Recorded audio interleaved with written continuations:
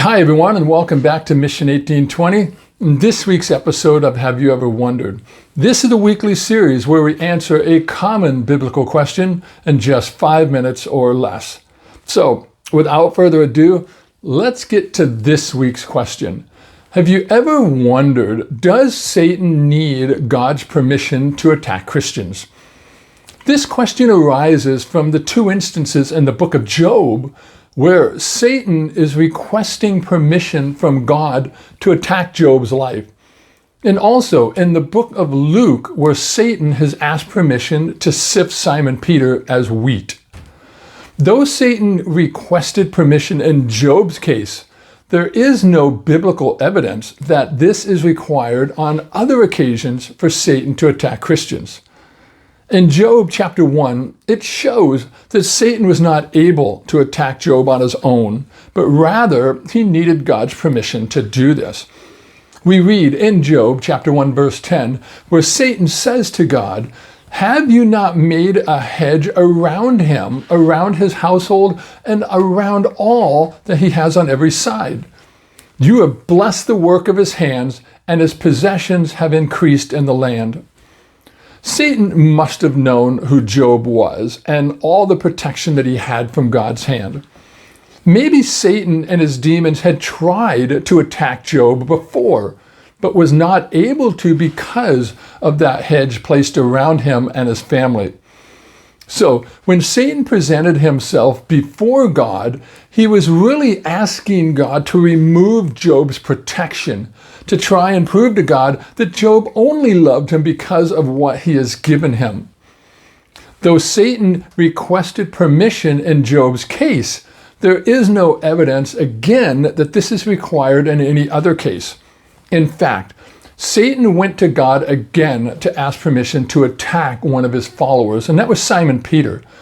In Luke chapter 22, verse 31, we read, "And the Lord said, 'Simon, Simon, indeed Satan has asked for you, that he may sift you as wheat.'" Clearly, we see that Satan has once again went before God and asked for permission to test Peter and the other disciples.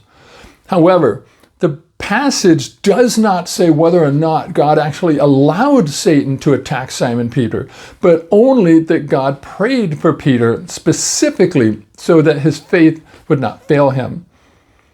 The implication is that Peter and the other disciples would certainly be afflicted in whatever way Satan wanted, within the limits set by God. The Bible does teach us that Satan has a certain amount of freedom to touch us, but that freedom is limited. 1 Peter chapter 5 verses 8 and 9 tells us, "Be sober, be vigilant, for your adversary the devil walks about like a roaring lion, seeking whom he may devour."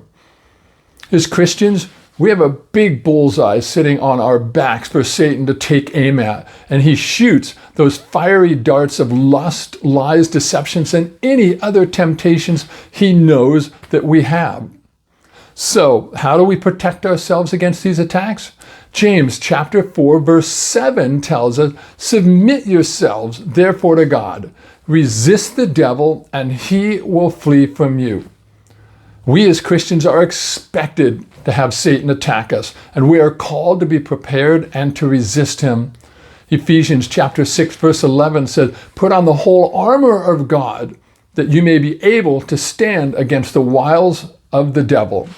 So, whether or not Satan needs special permission every time to mess around in the lives of Christians doesn't really matter. But what does matter is that we recognize when Satan is attacking us, and then trust God to protect us. So now you know if Satan needs special permission to attack Christians. So God bless, and thanks for watching.